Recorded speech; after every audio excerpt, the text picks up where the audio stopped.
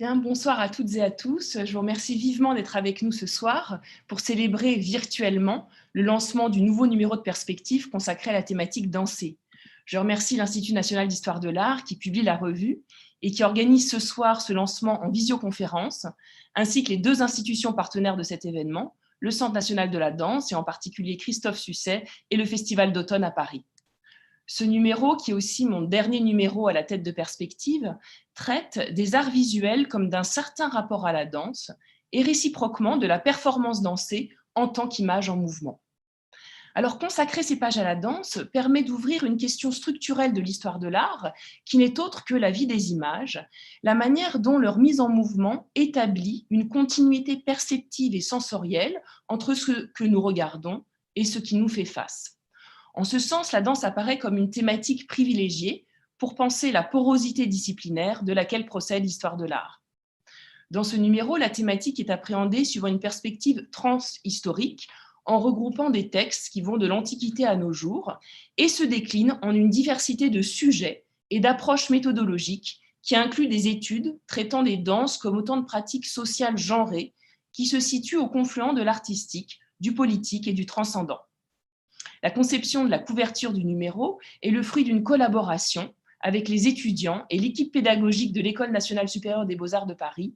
Je les remercie chaleureusement, et en particulier Julien Prévieux, qui a pris en charge ce partenariat, ainsi que le lauréat Gwenvaël Motas, qui est l'auteur de l'image de couverture.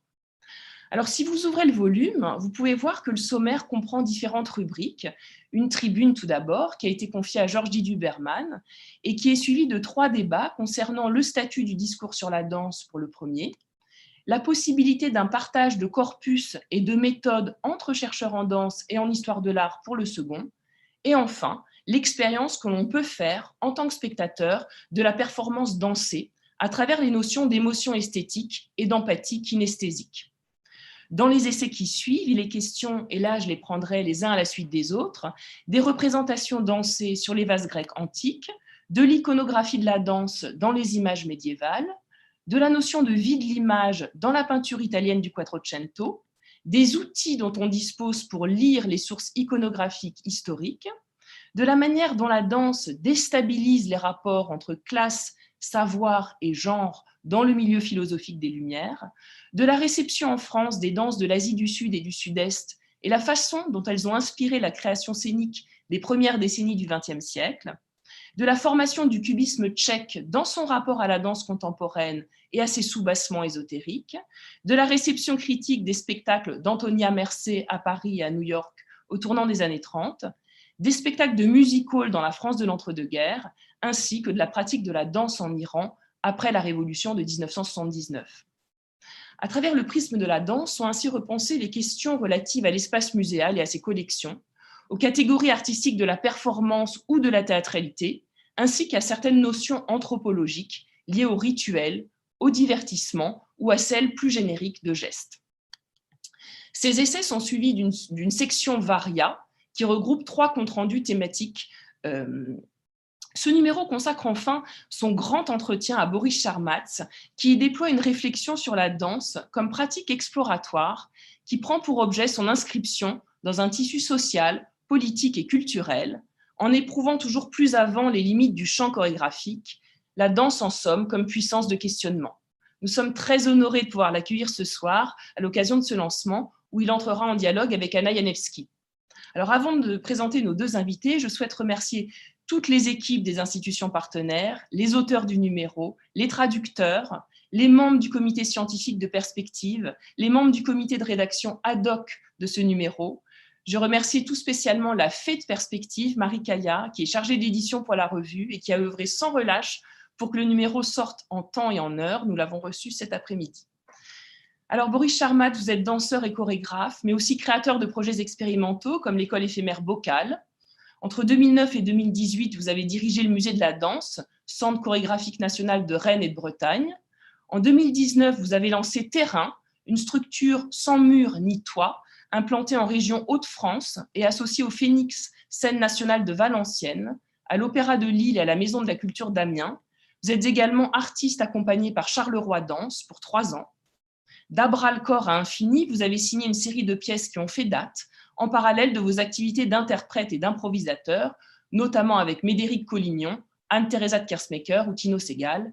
Cette saison, vous êtes l'invité d'honneur du Festival d'automne qui vous consacre un portrait. Ana Janevski, quant à vous, vous êtes conservatrice au département des médias et des arts de la performance au Museum of Modern Art de New York. Pour cette institution, vous avez été en charge du programme Performance et avez collaboré avec de nombreux chorégraphes et artistes, tels Anne-Theresa de Kersmaker, Jérôme Bell, Yvonne Reiner, Rabim Brouet, Boris Charmatz, Simone Forti, entre autres. Vous avez été co-commissaire de la première exposition muséale sur le Judson Down Theatre qui s'est tenue dans cette même institution durant l'hiver 2018-2019. Parmi vos nombreuses publications, vous avez dirigé la monographie sur Boris Charmatz pour la collection Modern Dance du MoMA, co-dirigé une anthologie critique sur l'art et la théorie post-1989 en Europe de l'Est, et en 2018, publié un ouvrage collectif aux Presses du Réel sur la manière dont la danse et la performance ont réinvesti les espaces des institutions d'art contemporain au cours de la dernière décennie. Alors, avant de vous passer la parole, je précise pour ceux qui nous regardent que vous pouvez poser vos questions à travers le chat de la chaîne YouTube et Marie-Kaya les fera remonter à la fin du dialogue. Anna, Boris, merci beaucoup pour votre présence ce soir. La parole est à vous.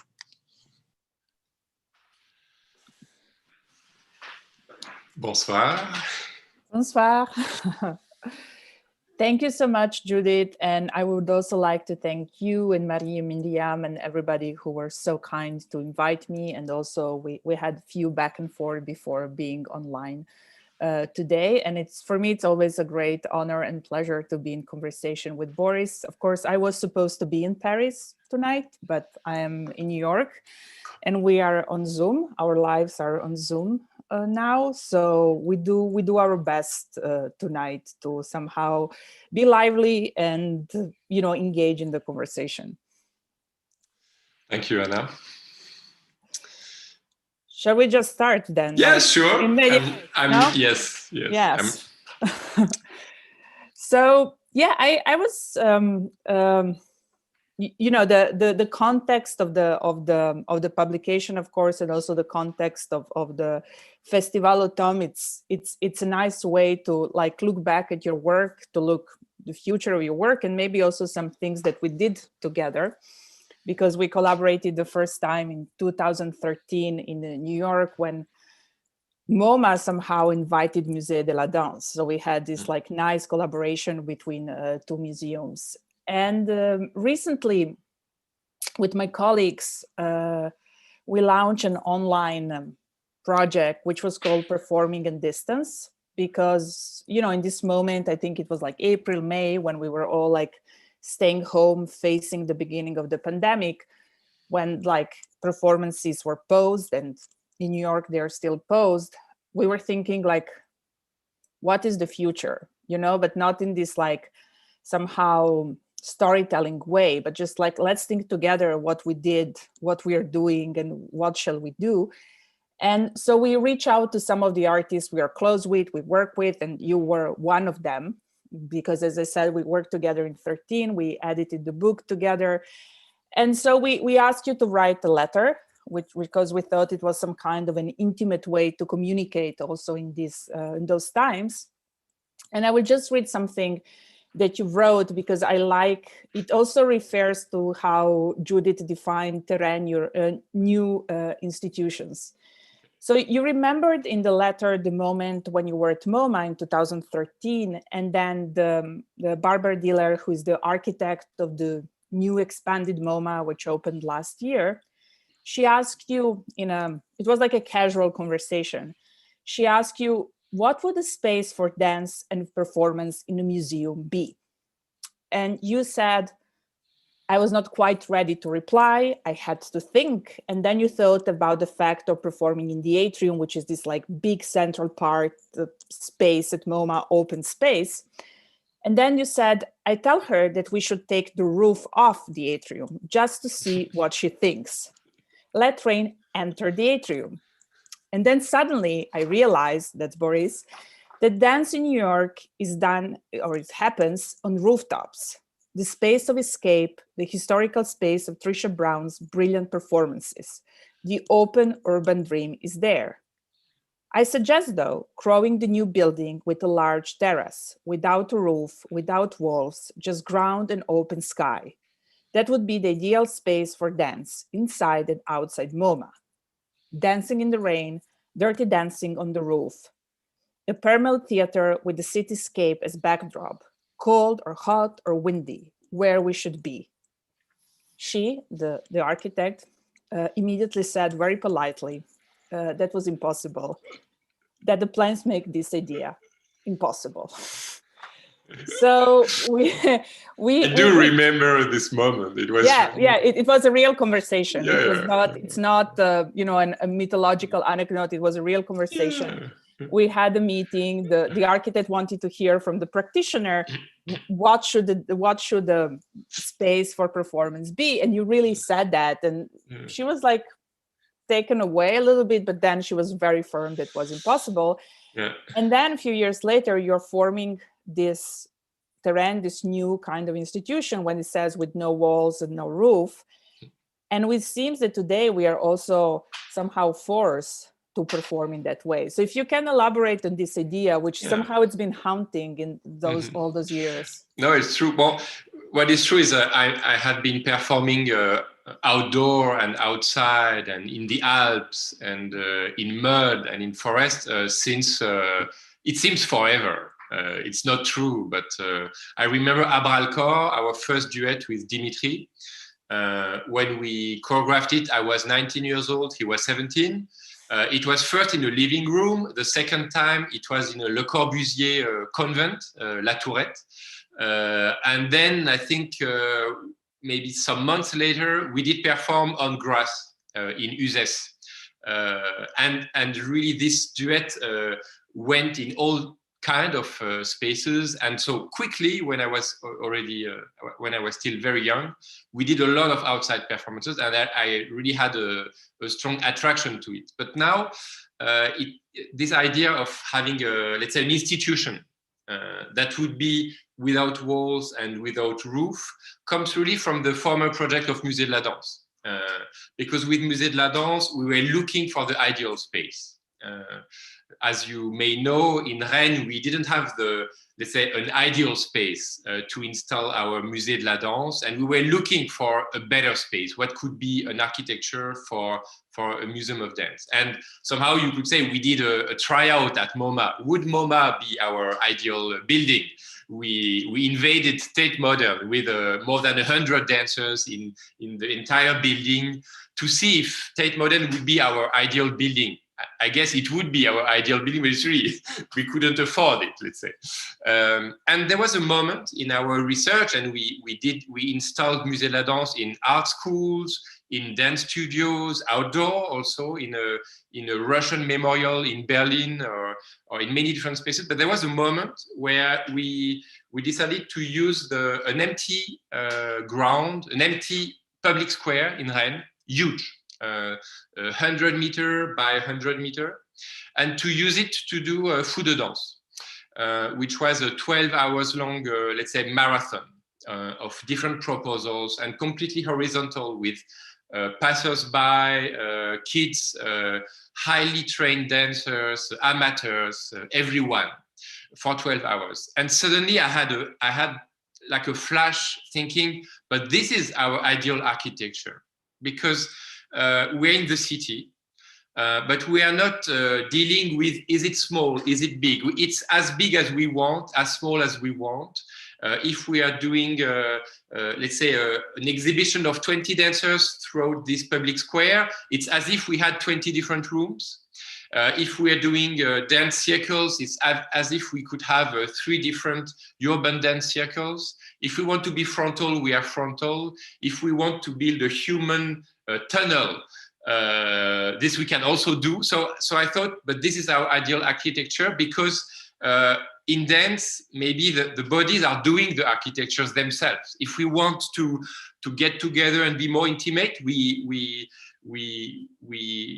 try to have contact together and we make it smaller. If we want to address the void, we address the void. And I thought maybe that's the architecture I was looking for since many years. And of course, it wasn't concrete, it was hard, it could rain, but even better, the fact that we would do something, if it's not raining, a lot of people would come. And actually in Rennes, maybe more than 12,000 people came every year to see Fou de Danse. If it would rain, there would be much less people, but then we would film it. It would be, let's say, legendary to dance in the rain in Brittany. So you know, just to interrupt you, I saw Levé de Conflit in, it was in a Rue Triennale. Mm-hmm. And it was in this industrial space, mine space, and it was raining. It was really raining, cat and dog. And I was there. We were like all covered. So you stay there. So you create even a very particular relationship to the audience in these circumstances. Yeah, and I mean, Dancing in the Rain is a film, but it's also a concrete myth that we will dance whatever happens. We will dance even if it's raining, even if it's too hot, even if we have the COVID, we will go on. You know, so there's something about resisting the weather and being confronted to the climate change. And so after this Fou de Danse, I started thinking, I love our idea of the Musée de la Danse. What could be a collection? What could be a museology? How do we do exhibitions around dance? How do we do a Jérôme Bell exhibition? How do we do a Crump exhibition? How do we do a contact improvisation exhibition? And how do we make that visitors enter another kind of public space that is not a dance school and not a theater, but a dance museum? And how they expect to visit dance, but at the end they are visited by dance. Maybe they are haunted by dance, and what it changes in terms of museum rules, museum structure, museum space, artworks, etc., etc. But there was a moment after Fou de Danse where I thought, but actually this public space, the outdoor, because we had the terror attacks, because we have so many public space problems in Europe and of course in the US and let's say everywhere, I thought, but this should be our next institution. It's not, I love the idea of the dance museum. I still like it. I think I would like that there is a dance museum for the next 200 years. But as an artist, and I decided that we needed to move on. And we started Terrain from this idea that we could have a green space in the city, with no walls, with no roof, and started thinking, but what could it be? And I think until now, we were not ready to start it really. We were ready to think about it, to make a research. And I must say, Musée de la Danse, it took 3-4 years before we opened Musée de la Danse. And with Terrain, it's a little bit the same. We have a desire, we have a wish, but we need to do some essays, some tests. We need to think, we need to reflect. We did in the Centre National de la Danse in the fall, while it was still possible, an encounter with many different people, Catherine Wood online, Romain Aimé Biget, Marlène Saldana, and an architect, Stefano Boeri. So many people trying to think, what could be this terrain? How could it function? What would be the ideal? And it's, I think we are on the move, let's say. We still don't have the ground, but we're thinking about what could be a dance ground. And yeah. And that's how also Musée de la Danse started, no? You have also those sessions with like thinking, what is Musée de la Danse? And I think it's also interesting how apart your like artistic activity, you're also always driven to think about structures that somehow enable dance, that like produce, distribute, transmit, because you've been doing this since INHA, Association INHA. It was like rethinking the theater, Bocal, which was like rethinking, like École Bocal, rethinking the school, the education, then Musée de la Danse. And now it seems you're like in this fourth chapter, somehow it's like an organic progression of thinking about the context of dance also, which is not just like touring and performing, but like the whole social and economical and political context, I would say, of everything that make dance and the bodies. I think it comes partly, well, it comes partly from the fact that I have amazing collaborators, because I remember Angèle Legrand, my first collaborator with Association INHA. I was a bit shy. I didn't want to add extra work with inviting curators, inviting visual artists, inviting musicians to do research. I was like, it's so much work already. I'm performing for some choreographers. I'm trying to do my work, and Angèle Legrand was pushing me also towards. But let's think in a broader sense. Let's think sound poetry. Let's think the Alps. Let's think what could be the future exactly. And now I'm still working with Martina Hochmuth, Hélène Joly, many people, and it's very collective. It's not just me alone thinking, oh. The next idea is terrain. We discuss, and then someone says, but you know what? This idea of terrain, this should be our fourth step. And then together, collectively, we and not only with our team, but with the many encounters, then we start thinking. And I must say, it's also grounded in the fact that very often we think about dance performances as, okay, there's a famous choreographer, there's a company, there's a title, the time frame is at 8:30 we would perform on stage. Well, apparently it can't happen anymore anyway. But I really think about dance as being a multitude factor, a multitude word, where many different bodies interact. It's really a mental space also filled with many different people. It's not just someone giving a good idea, making a good piece. It's something that has something with an assembly, let's say. How do we come together? And I must say, this idea of an open public space for dance that would be an institution, so not just an event in the open, but really let's say like a theater, but that has no walls, no roof. It's I really think it's the fact that it's an institution, it's important, and it's also a way to think, how do we assemble? How do we imagine what could be a choreographic assembly, and not only, even though they are so great, a political assembly, a citizens assembly, but also assembly through movement. How do we see ourselves through movement? And I think the open, the outdoor is a good way to connect with anyone on a horizontal plane level. Yeah, and just to mention, I mean, we can talk about the collective aspect of your work later, but also the project that we did in New York in 2013. The title was Musée de la Danse, Free Collective Gestures, because there were like 3 projects over 3 weeks, and it was important to highlight this idea that it wasn't a collective effort in collective thinking, that it was not like, it was different than what is happening maybe at Festival Automne when you have your portrait about, but then again, you're bringing all those people, because it's like all thinking, I think nowadays in particular, this idea of, you need a kind of a leader. There's always this tension of individual and collective, I think, and this is something I learned a lot through the Johnson Dance Theater exhibition that we did, which was this group of artists that came together in the 60s in New York in a basement of the church, and somehow really revolutionized the contemporary dance and art. So you always have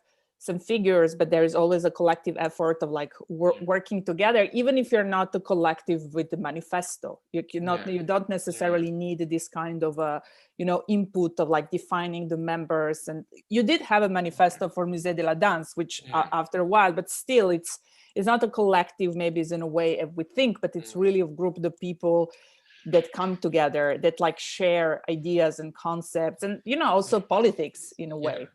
I think there is still a lot to research on in dance, but let's say in art or even in life in general, because sometimes we oppose the collective and the individual. Either as a choreographer, either you work in a collective, it's a collective work, or you work as a singular author, singular choreographer. Maybe you're one, maybe you're 2 choreographers, but still.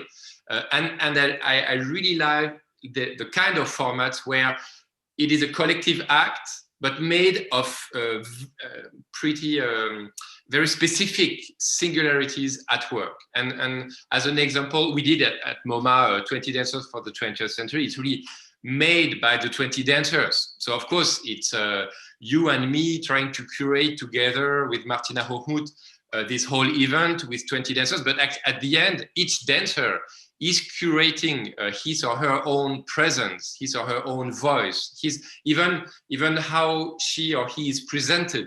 What is the work? What is the solo work being presented, and how how did she learn that? How does he learn it? You know, so I really like the idea that we did a collective event, but inside of that, you have a lot of strong singularities, strong artists making their own path, and that contradicts the others also. It's not a consensus building kind of collective gesture. It's a dissensus because I would say in Fou de Danse in Berlin, we did present Syrian dance in Berlin. It's not only to build consensus. In Berlin, some people hated dance from Syria to have that in Berlin. You know, so I like that dance. It's not because we assemble that we need to find the consensus. We need to find the agreement, the party where everyone is happy. We can still make a lot of confrontations in it. And I think this frontier, this questioning the individual and the collective, you also find it in terrain, between what used to be called nature and culture. Let's say I love the artists, and including myself, we live in cities and we dream to be outside, to escape pollution, to escape the crowd, to escape the flow of informations. But it's very clear now that the pollution is everywhere. The climate change happens in the Alps. You know, so we need to think how green could be our cities, and not only escape the cities to find the green. Yeah, I agree. And then how much this green could still be really an art, a burning art space, and not just a space for the norm. You know, it's a good garden because it produces a little bit of oxygen, and maybe it's a collective garden, so it's nice, the neighbors can interact. No, how can be a green space, a high art, hot bodies place, and not only, let's say, a nice little new green space for the city that we still need. Of course, we need collective gardens. We need bees making honey in the cities. We need more bikes. We need even a urban forest.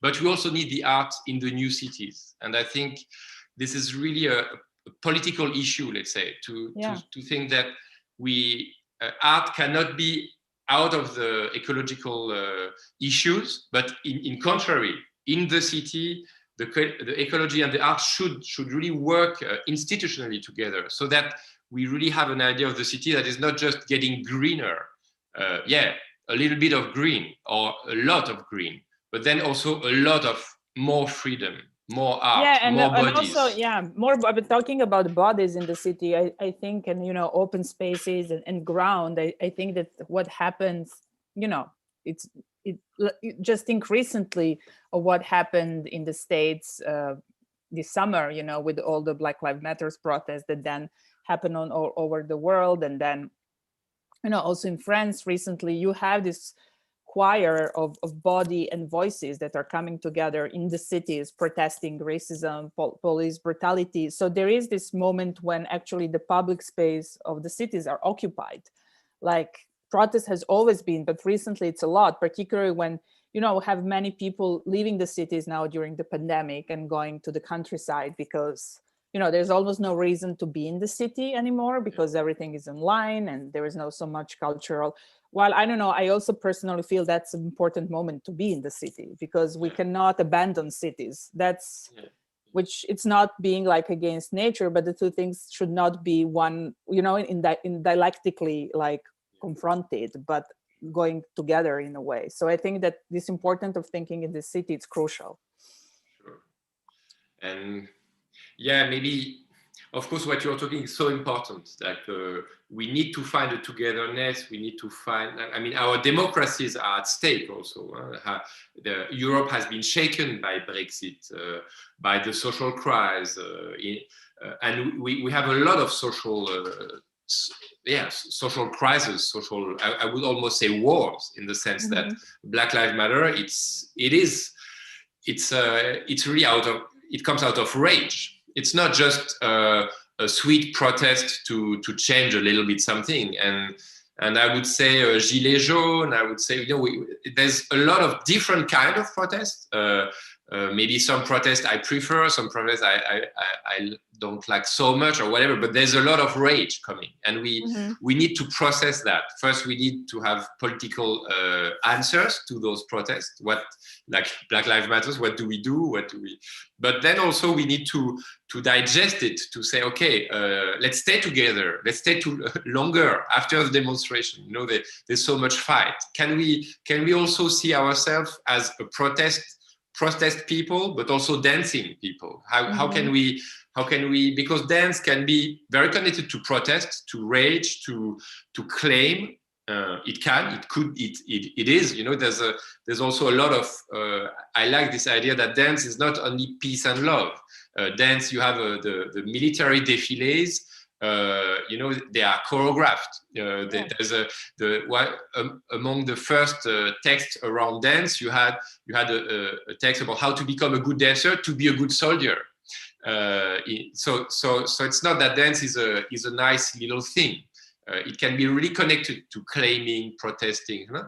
but still, we are in a society where fear and stress and is so high that we really need to get out of it, to get another kind of fatigue through our bodies, through our dancing, and I think there's an opportunity there. Let's say that we need to do something. We cannot just say, oh, we are waiting in the theaters until they reopen. We are in our studios locked in, and we will see what happens. We need to go out. We need to say something, and we need to dance and say something. Because what is nice with the new forms of dancing now is that dance used to be seen as conceived as a mute form. A dancer do not speak, but actually dancers of today can speak, will speak, are speaking, are claiming, are saying something, and anyone can be a dancer speaking. So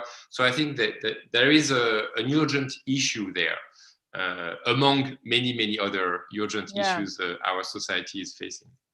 I wanted to ask you also recent experience, which is maybe like different from what we were saying, but it was also conditioned by the circumstances, because you, as was mentioned earlier, this Festival d'automne, it's like there is like some kind of a, I don't know, I see it as a retrospective in a little bit, which is like portrait, no? It's about you choose, or like there is a series of your work that have been shown from the beginning until recently. And of course, the pandemic, the development of a pandemic, a little bit changed your original plans, and particularly recently, just more recently at the Grand Palais, when you were supposed to have this big presentation of your work, La Ronde, no?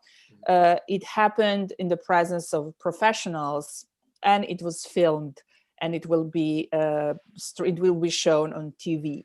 So if you can say something about this experience, because this is a little bit the opposite of what we were saying, these things are being seen by limited public, professionals, and then this idea of the television, and how did it happen? What was the feeling of doing it? Well, first, since we did it almost a week ago, every night it's turning in my head. I wake up, I'm still dancing in Grand Palais. I will need a lot of time to process that. But what I must say first is that the original project was completely different. The original project was to do a choreography called The Tempest with 500 people that would work the whole Festival d'automne. So from September until December. Many groups from north of France, from Les Hauts-de-France, from Valenciennes, from Lille, from Amiens, from Brussels and Charleroi, and people from Paris, also visual art students, employees of the Grand Palais, employees of Chanel, who is supporting this event. And so 500 people learning a score, inventing their own gesture in a tempest of gesture in the Grand Palais. And then we realized in June, July, that it would be completely impossible to have a huge group, melting into each other, sweating, carrying each other, touching, running randomly. So we changed it to La Ronde. La Ronde, and there's a second event that will happen in in the Grand Palais éphémère, so the new building to replace Grand Palais for the few years to come. So the 8th of May, we'll do a second part of it, but it will not be the choreography of the Tempête. It's more a performative workshop. And so we did La Ronde. We had the hope that La Ronde, it's a series of couples in a chain. So it's as if you and me are performing, and then you and Judith, and then Judith and Marie, and then Marie and someone else, and then me again, and coming back and in a loop. And we are performing this thing for almost 12 hours. And we, of course, we wanted audience. Of course, it was for 5,000, 10,000 people watching. And we knew that it was complex, and suddenly it was, okay, there will be no audience. Do we cancel it? What do we do? There will be no audience, but the TV, France 5, who is filming, there's a documentary film and the filming of the event is there. Do we cancel the whole? Do we keep the film? What do we do? And I thought, okay, our event that was celebrating the closure of Grand Palais, there was a moment I thought it will not happen, and what we do is for the TV. That's it. We do it for the TV. But actually, while we were doing it, I realized that it's not that I didn't want the audience to come in. I would have loved to have the audience coming in, but to be, let's say, naked in the Grand Palais, in this huge space, and to perform 12 hours, whatever happens, and to address our dancers to the emptiness. And it's not only the emptiness of the building, because it's the history of the building, and it's also the whole Paris, because you know that in Grand Palais, it's the biggest glass roof in Europe. So you are addressing the sky, the light of Paris comes in through the roof, the glass roof. And there was something so strong, in fine, to still perform whatever the conditions are, and to perform for a ballet of robot cameras and a few professionals. And somehow I felt so good with this situation. In the idea that you could even skip the cameras, you could even skip the little number of professionals who could see it, we would still do it. Like just as an act of go on, keep dancing. We prepared it for 1 year. We are doing it. We are 20 dancers and actors and disabled, mixed abilities actors. And we all come together and we still do our event because we want it. And there was something so strong in doing it, whatever the conditions are. And what is your relationship to film and dance? I know that because you work very closely often with César Rassier, who filmed some of your work, and I have to say one of my regrets with the book it's been that we haven't commissioned someone to write about your films, because I feel there are several of them, and. So yeah, I'm curious. I think I haven't even ever asked you that, like your relationship to the film. Yeah, it's nice to ask, and it's not a question I often receive. I'm never asked about the films. It's also because in dance, the films it's on the side, or we don't consider enough what could be the film. And I must say, I was very proud of doing. When was it? 2000, maybe. We did Air Télévision. It was a piece for one TV set, one viewer, a fake piano, and there would be one viewer at a time. So only one viewer would see our piece, and the dancers would be locked. It's a confinement piece actually, because the dancers are locked in the TV set. Well, back then it was not a flat screen, because the TVs would be a kind of black plastic box. And I liked this project back then because it was a way to do what was for me a theater performance, but turned into a TV singular event with one viewer. And I must say, sometimes I have conflict with images of dance. I have a conflict because when I started dancing, I thought I'm not I'm not doing my work to have a body that looks like this or like that, that can be easily photographed, that looks fancy or sexy or this or that. I'm doing dance because it's an act. It's a way to be in the world. It's not about the picture. But actually, after working with Jean-Luc Moulin, also, who is an amazing visual artist, photographer, he told me, but if you have an idea about why do you fight pictures, images, but then you should rather actually confront yourself to pictures, to film, and we did series of photographies with him together, co-signed. And then César Vessier is one of the early filmmaker and artists who did film my work.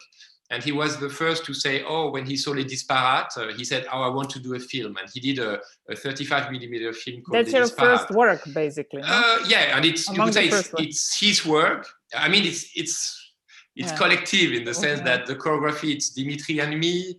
I'm dancing. It's his film. It's also his idea to do it outside.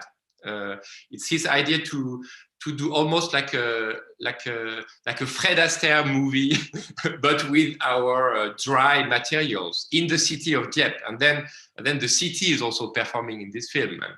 And then I got into it, and what is funny is that in the catalog of MoMA, the front page is a picture, but actually it's a film. It's a film of Levé. We filmed that in the Ruhr Triennale with a helicopter, and it was a tempest because the dancers where the helicopter was producing a lot of wind, and the dancers had to perform in the dust, in the stones. They went on. They decided.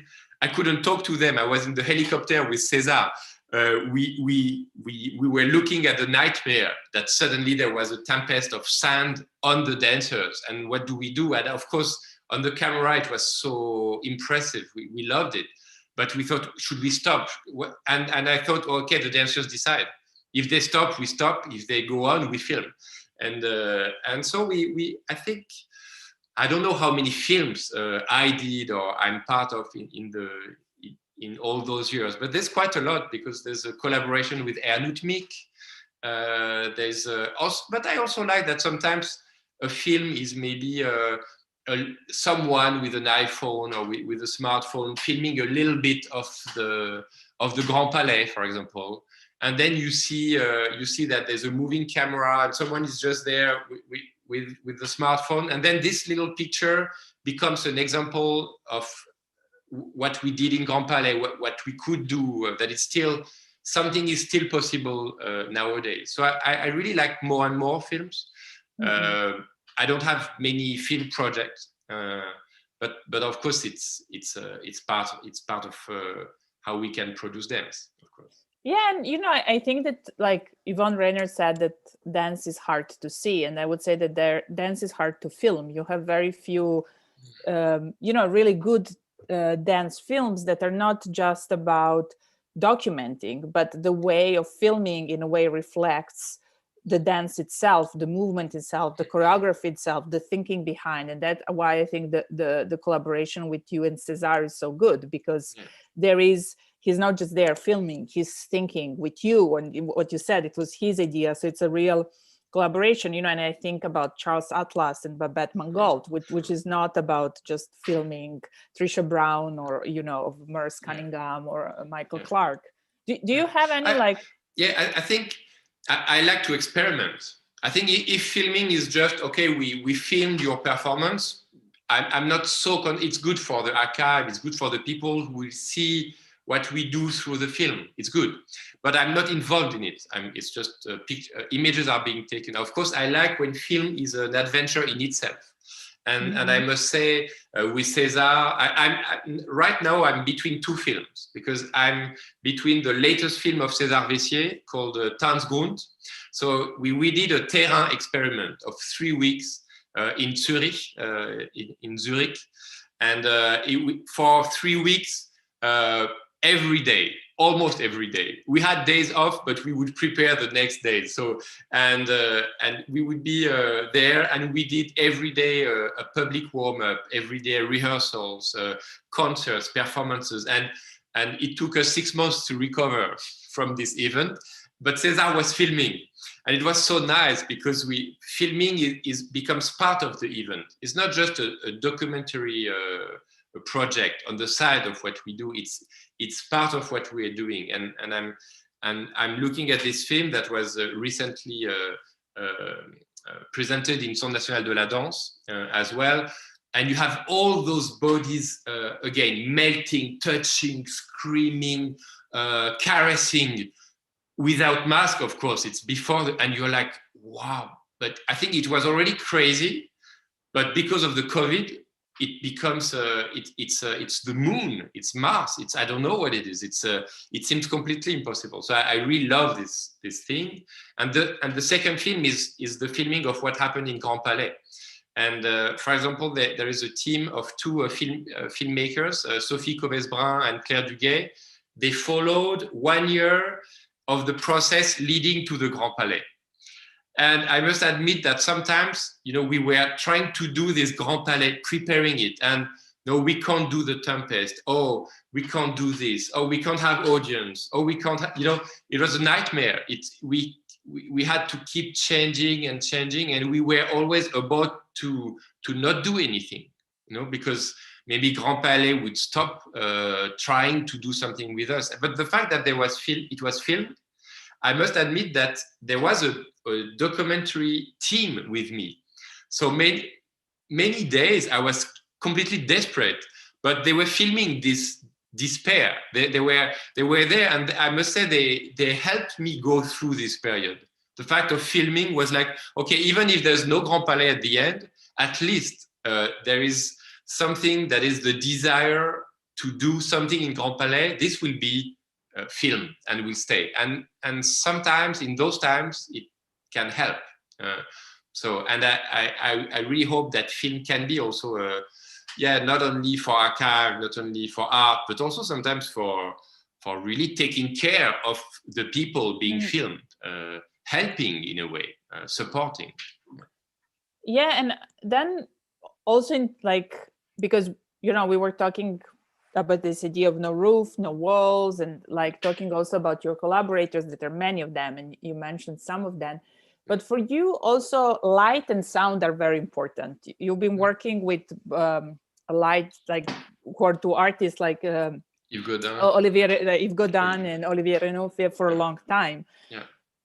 How do you see that as part of a more open process in a way? Because they're also part of your thing. You think together often with them. And I must say I should name 30 names now, to say the dancers working with me, Magali Caillet, the assistant for the Grand Palais, Yves Godin, Olivier Renouf, they are so important. I think it comes from the fact that I see myself as a dancer, and a lot of my early works, I was inside my works.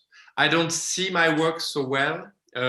And basically, I think from the inside, you can build a dramaturgy. Sometimes you don't need an outside eye to do the dramaturgy. You can have a dramaturgy from the inside, but nevertheless, these collaborators, Yves Godin doing the light, Olivier Renouf working the sound with me, now Magali Caillet being an assistant, all those people, the people watching, make the work. And of course, I give an impulse. Of course, I am an author, I am a choreographer, but I really see myself as a dancer.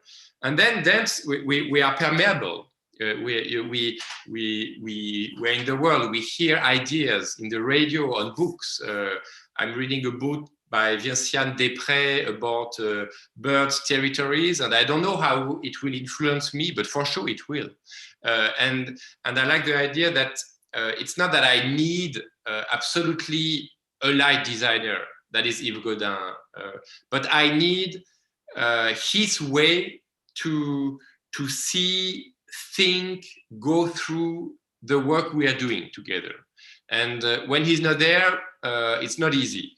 And I would go to when our technical director Fabrice Le Fur, and now he was Eric Houllier, someone else in Grand Palais, but when he's not there, I feel naked. I feel, how do we deal with that? It's very collective. And I'm so happy I have the chance, the luck. I'm so lucky to work with people and to be able to develop a long-term experience. And I think it's you know, when you think ballet russe, you have the names Nijinsky, Debussy, Diaghilev, but it's the Russian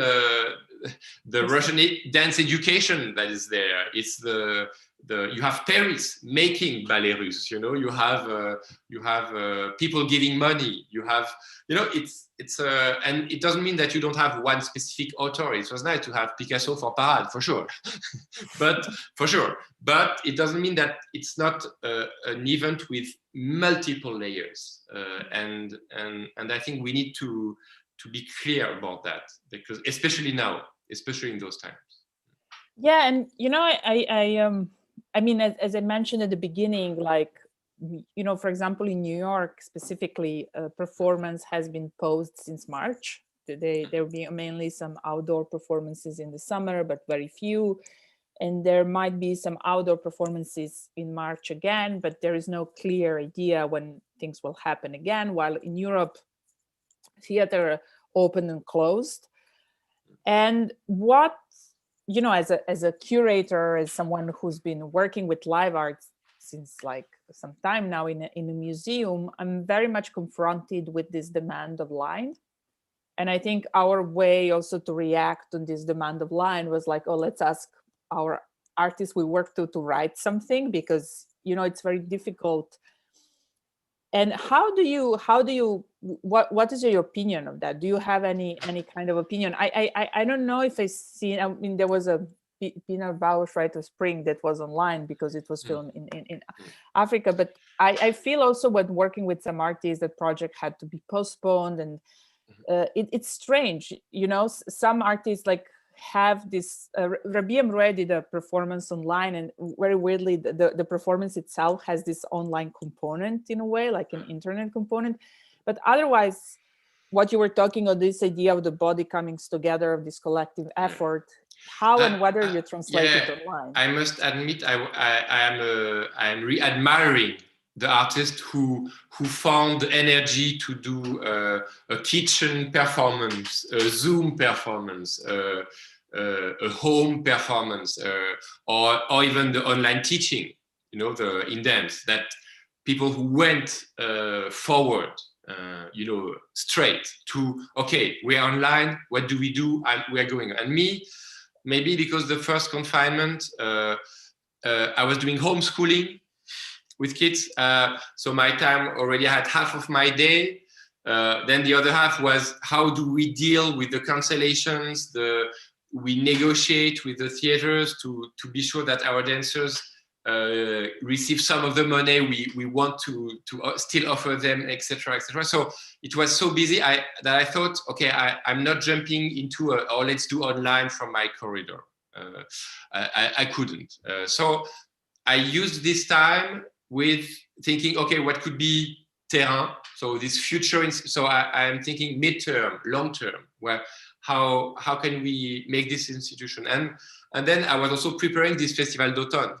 So I was like, either I stop preparing Festival d'Automne or I go on preparing. And we were very lucky because we could perform. It started in Lille, Brussels and Lille in the summer, outdoor small performances, but then Festival d'Automne opened. And we had a window of 2 months where we could do, not with as many people as we wanted, but still we could do La Ruée in Bobigny, we could do Centre National de la Danse, Châtelet.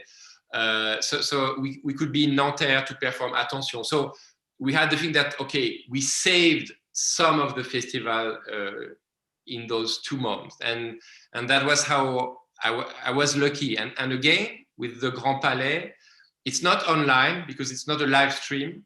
It's a TV project. But I must say, there was maybe 40 people from the France Télévisions working to film, edit, have the régie, the light, the adapting what we were doing for the TV. And I must say, I felt so much that there is a teamwork. It's a TV team. It's for a TV it's a TV project. So it's not my project in the sense that we are dancing 12 hours and it will not be 12 hours on France 5. But I really felt that they are making that something exists from what we do. And so it's not online exactly. It's a, but let's say similar in the sense that the cameras are part of what we do. And I must admit the professionals who could come and see us, the cameras, they were hidden behind the cameras. You could see an automatic crane and a little robot on wheels close to, so you could say for any normal performance, it was a disturbance. It would be a problem that you see the cameras, you can't see the dancer is far away and you have a camera in front. But actually, it was so meaningful to see, this is the performance of the now. We need a camera so that maybe someone can see it, and we are alone in this huge Republican cathedral, historical Republican laic cathedral that is the Grand Palais. And again, we are doing it anyway. And so in the future, I don't know, but I didn't have time really to do online, but I admire everyone who tried, who jumped into it. And maybe as a last question, because I see that our time is slowly. Sorry, I'm talking too much. No, I'm sorry. You're a dream of every person who is in the conversation. Okay, you know, there's no silence. Don't worry. No, I was thinking, you know, this pandemic, it's some kind of a new bodily crisis. You know, it's like a true bodily crisis. Do you feel that maybe choreographers and dancers somehow objectively have to, and you know, maybe it's a simple question, but I think it makes sense in a way that they are turning to solos more, because that's what you can do at a certain moment. Well, I must admit, I'm one of the 2,500 dance artists who's preparing a solo. Yeah. Because, and it's not about production. It's not about, it's about what we can still do. I was very lucky after the first confinement. I could, after 2 months or more, 2 months and a half, I could access a dance studio, but only if I would be alone, you know, so that there's no, and I was in Charleroi Danse, this structure in Brussels that supports me. I was alone in an amazing studio, and I never dreamed so much of the dance studio. I'm not so much a dance studio kind of guy, but suddenly, wow, it was the best place ever. It was paradise land. A black box dance studio, and I prepared a solo. And of course, there will be thousands of solos, and that's it. C'est comme ça. I'm doing a whistling solo where I'm trying to whistle, and so I'm doing my own music, mental music, and moving. I'm having a great time there, but it doesn't mean that then I should rather focus on solos and stop trying to do bigger things, because at this moment we can't do bigger things. I think we need to invest contact, touch, sexuality, excess. We are desperately in need of clubs, of parties, of hugging, of kissing, of whatever. So I think there is a big dream that is also a political dream that is, and it's maybe a too simple of an answer to your question, but now that social distance is what we have to do. We need social distancing so that the virus doesn't go. Yeah. But then, of course, you think about dance, and dance is about breaking social distance. And was always, it's not that I have a lot of pleasure dancing alone. But in the DNA of dance, there's a lot of breaking the mirror, you know, touching the people, you finding your husband, finding your wife, finding contact with someone you do not know, finding contact with someone you're too shy to address. Dance is about the absence of social, not the absence, but the breaking or the erasure of social distancing. And in that way, we have something to do in our daily mental space. And we have to play a role in the future, in the pandemic, because it's so clear that it's an anthropological need. It's not just, okay, they can move and party if they want on the side. It's excess. No, it's a real need. Excess and dance was part of all pandemias in throughout history, you know. So there's something to be done with that. Yeah, the American choreographer and dancer Ralph Lemon, whom you know, we were exactly talking about this, and I was asking him also what he was doing, and then we were like talking of the joy that we'll all have, that people will have at the moment when we can again do live performances and get together, of that moment of joy.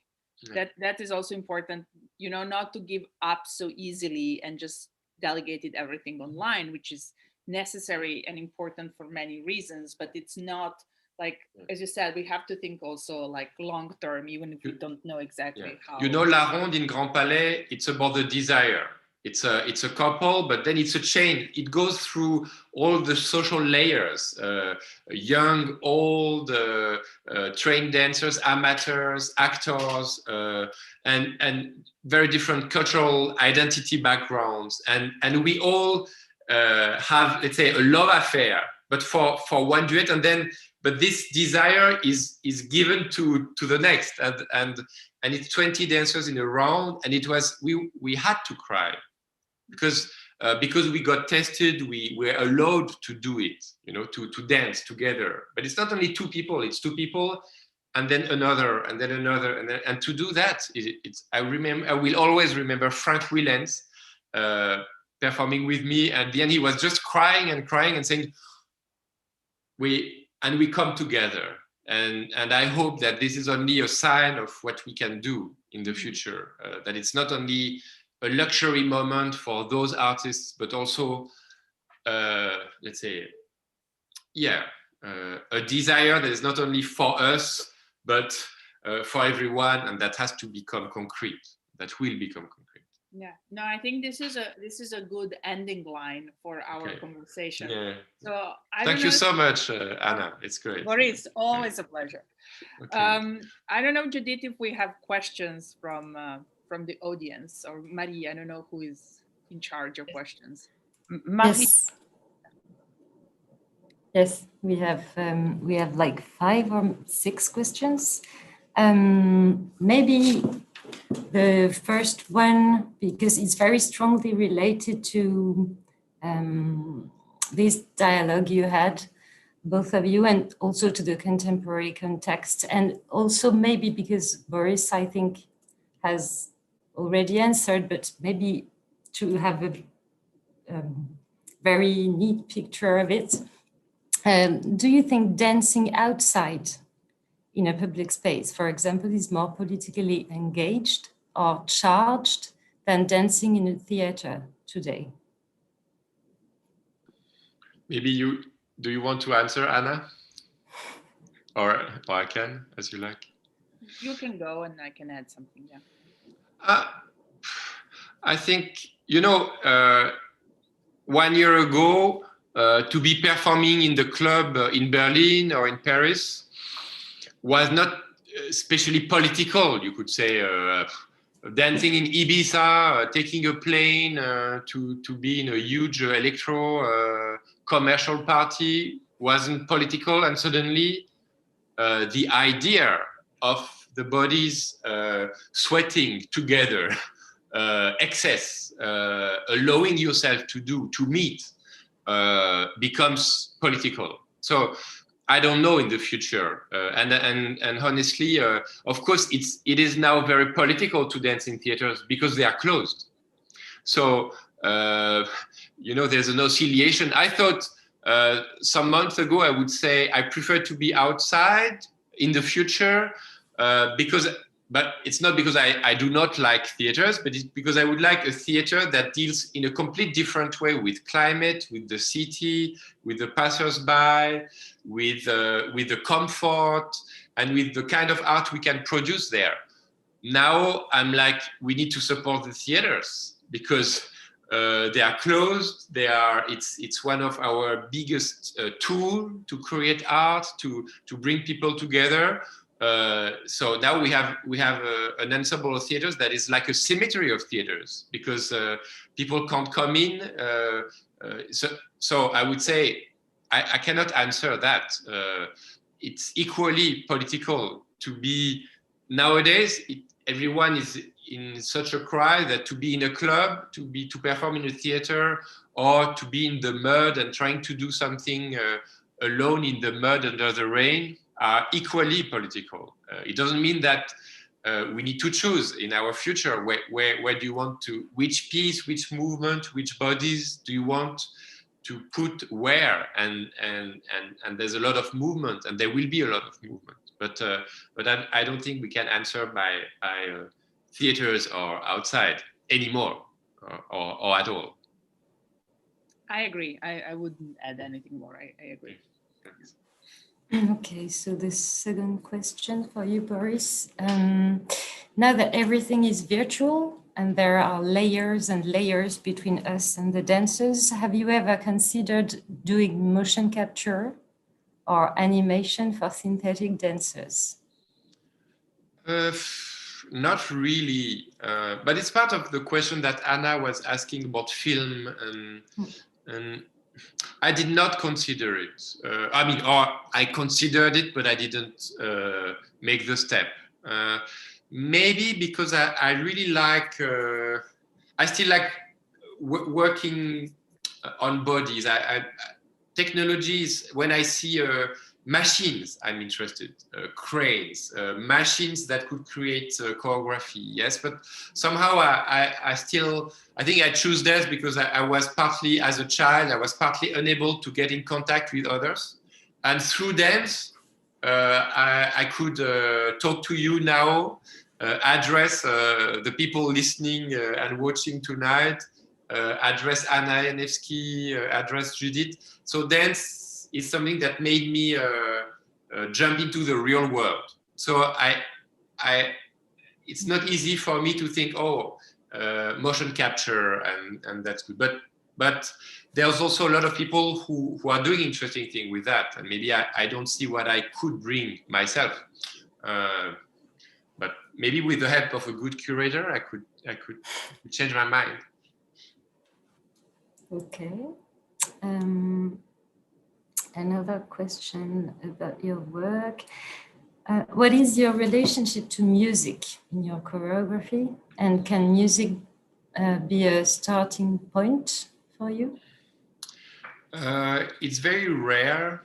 Anna also worked a lot with Anne-Theresa de Kersmaker, and I'm not sure that music is her starting point. It's what she says. She says that when we work together, partita number 2 is the starting point, but actually maybe her starting point is working with dancers, and music is then a very, very strong input. But it's the structure of the music for her. Yeah, the structure is very important. Maybe the ground.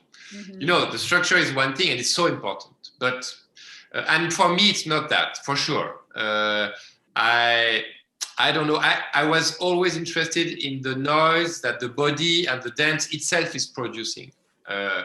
So I had a very limited amount of music in my early works. I thought it's not that I don't need music, but music is in my head. Music is produced by the dancing. And I must say that I like the idea of dance being a mental space and not only a physical space. It's what, because I'm a boy, it was hard for me to join a ballet class because ballet is in the society more for girls. So there's a lot that is happening. There's not just in my body, but it's really in my mental space to be able to dance or to allow myself or to allow oneself to dance. So the mental space. And I like music to be also a mental space. So not a soundtrack for my dancing, but something I have in the head. And dancers have a lot of music in their head. So I did quite a lot, many projects where they are singing, they are humming, they are talking what is in their head, so to speak. I really like that. It doesn't mean that I don't have an amazing pleasure working then with Amandine Bayer, the violinist, or Médéric Collignon, who was in the Grand Palais, an amazing trumpet improviser and voice improviser. Of course, his music is not where my music could be, But still, when we meet with Médéric, I'm a noisy guy, and he's also moving a lot. He's moving too much. He's the dancer in the duet, and I'm trying to be the one who talks, the one who produces sound as well. Even though he's a professional musician, he's a genius of music and sound. But I'm an amateur musician, yeah, and our dialogue is on a horizontal dialogue, a little bit like what we said with Ana. I was invited at MoMA, but actually it was a conversation between Musée de la Danse and MoMA. And however, Musée de la Danse was a fragile, small, ephemeral, not recognized institution. We had our collection. We had an idea about how museology could happen via dance. And we could discuss with MoMA. And I like this idea that with music, it's not music and dance, because musicians are dancers. Dancers are doing noise and music, and then let's see what happened. But yeah. Okay, maybe one more about your relationship with pictorial works. Which are the pictorial works that move you? If you want to talk about one or two. Pictorial works. Paintings or, I don't know. Yeah. Well, it's hard to name now that we almost can't access museums. So I'm like, oh, I have a lack of what do I see? You know, it's some of the latest picture. I see the Marcel Duchamp Prize. I only access it through some pictures, and I find it sometimes. So yeah, I'm in need of looking at more painting, pictures, videos, art. We are craving from that. I must say, I don't know. I had this very strong relation to some visual artists, Pierre Le Guillon, Jean-Luc Moulin, as I said, and then Martina Hochmuth, for example. With her, wherever she works with me, and whenever she attends an art event here or there, she would tell me, "Hey, did you see Joseph Dabernik latest film? Do you know about this or that?" And so sometimes I don't see, but I hear about. But I must say, right at this moment, I'm visually deprived. C'est ça, je suis privé d'art visuel, vraiment. So Ana Janevski was telling me that she's working with Song Kwan Kim on a future project. Maybe I shouldn't say it. Maybe it's secret. I don't know. But I'm like, this is in my head. A future work by Song Kwan Kim in MoMA. This I can stay quite many nights dreaming about it, even before seeing it. Thank you. That's another nice way to finish with the dream. Okay. Yeah. With Song Kwan Kim. Dream of. This is. Yeah, for sure. This is a visual artist that it's not that it influenced me, but it nourished me. But not only as a dancer or choreographer, just to see what he had done at Tate Modern, and meeting him and working with him, and him as a visual artist thinking what could be Musée de la Danse and what could be bodies, history. Sometimes it's with a dialogue. It's not only, let's say, the artwork, but it's also the encounter, the dialogue, the research, the experiment together that makes the relation between the visual art and the dance. Boris, merci beaucoup. Anna, merci beaucoup pour ce dialogue passionnant. Merci à vous tous d'avoir été avec nous ce soir. Merci. Merci beaucoup. Merci. Au revoir. Wow. Au revoir.